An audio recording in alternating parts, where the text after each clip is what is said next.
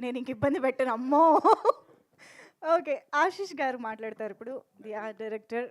Yes. ఇక్కడికి వచ్చిన పాత్రికేయ మిత్రులందరికీ థ్యాంక్స్ అండి.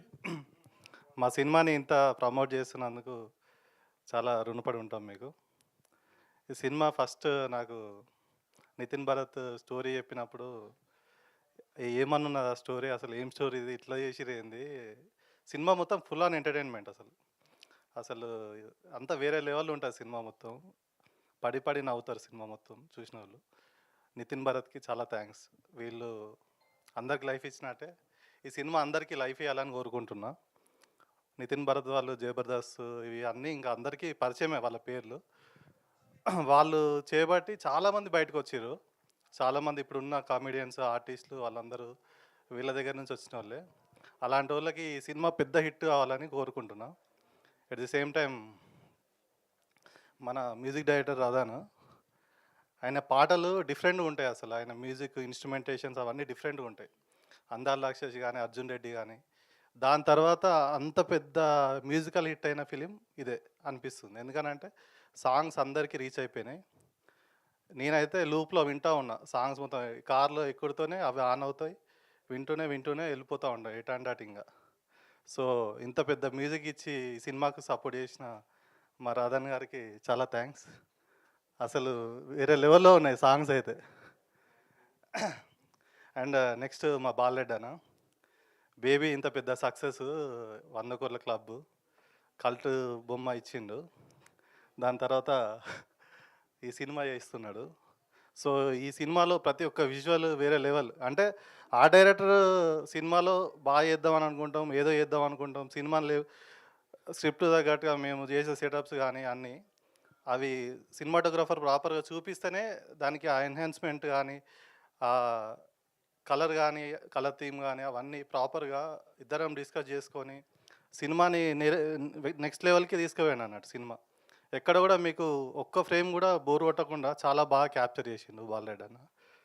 అండ్ కాస్ట్యూమ్స్ మానస కూడా చాలా బాగా చేసింది సినిమాలో. సాంగ్స్లో చూసుకుంటే ప్రతి ఒక్క అందరూ మాట్లాడుకుంటున్నారు, అంత కొత్తగా ఉంది, అంత కాస్ట్యూమ్స్ కానీ, కలర్ ప్యాలే కానీ. అంటే ఒక చిన్న సినిమా లెక్క లేదు ఇది, పెద్ద సినిమా లెక్క అందరూ చాలా అప్రిషియేట్ చేస్తున్నారు. సాంగ్స్ చూస్తున్నారు, విజువల్గా అంత బాగున్నాయి. అంటే దానికి కాస్ట్యూమ్స్, డిఓపి వర్క్, నా వర్క్, దానివల్ల సాంగ్స్ అంతా బాగా వచ్చినాయి. అండ్ నెక్స్ట్ మా సుభాష్ బ్రో. సుభాష్ అందరికీ ఎవరు వచ్చినా కూడా ఫుడ్ పెట్టి చంపేస్తాడు అన్నట్టు. సెట్లో వచ్చిందంటే అని కూర్చోబెట్టి అని పుట్ట మొత్తం బలిగిపోవాలి, ఇక తిని తిని తిని అమ్మ సాగు కొడతాడు. షూటింగ్ చేసుకున్నాడుగా పండుకున్నాడా లేకపోతే ఏందో అర్థం కాలే. సినిమా షూట్ జరిగిన ప్రతిసారి ఆయన హాస్పిటాలిటీ ముందు ఎవరి హాస్పిటాలిటీ సరిపోదు, ఇక అందరికీ మంచి ఫుడ్ పెట్టి బాగా చూసుకుంటాడు సుభాష్. ఇక పైసలు అంటే అది వేరే ముచ్చట. ఇక అది అది ఆయన మేనేజ్మెంట్ స్కిల్స్ వేరే ఉంటాయి. కానీ మనోడు పెద్ద ప్రొడ్యూసర్ అవుతాడు, పెద్ద ప్రొడ్యూసర్ అయ్యి అందరికి లైఫ్ ఇస్తాడు అనుకుంటున్నా. నెక్స్ట్ దీపిక గారు. ఫస్ట్ ఈమెను ఎందుకు పెట్టిరు ఈ సినిమాలో అనిపించింది, కానీ ఈమె మస్తు చేసింది. అంటే ఆ క్యారెక్టర్కి చాలా యాప్ట్ అన్నట్టు, ఆమె తప్ప ఎవరు చేయరు అన్నట్టుగా. ఆమె కాస్ట్యూమ్స్ కానీ, ఆమె లుక్ కానీ, అసలు రాజా క్యారెక్టర్లో ఆమె మిడిపోయింది అన్నట్టు. అంటే ఆమె తప్ప వేరే వాళ్ళని చూడలేము మనం, అంత బాగా చేసింది. సో డెఫినెట్గా మీరు అందరు ఎంజాయ్ చేస్తారు. ఇక లాస్ట్ మా ప్రదీప్ అన్న. లాస్ట్ అని ఎందుకన్నా అంటే అన్న ఈ సినిమాకి చాలా ప్రాణం పెట్టి చేసిండు అన్న. ప్రతి షో ఎట్లా ఎంటర్టైన్ చేస్తాడో సినిమాలో కూడా అట్లా ఎంటర్టైన్ చేసిండు.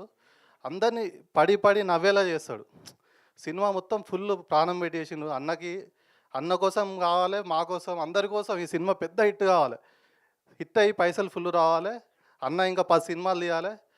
ఒక 200-300 మందికి అందరికీ మనోడు భోజనం పెట్టాలని అనుకుంటున్నా. సో అట్లా మా సినిమాని సపోర్ట్ చేయండి. ఏప్రిల్ 11th మా సినిమా రిలీజ్ అవబోతుండే, అంటే ఎల్లుండే.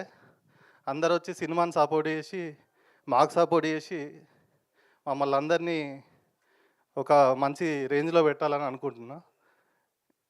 ఇంకా నా ఫ్యామిలీ మెంబర్స్కి అండ్ నా ఫ్రెండ్స్కి, నన్ను ఇంత దూరం తీసుకొచ్చిన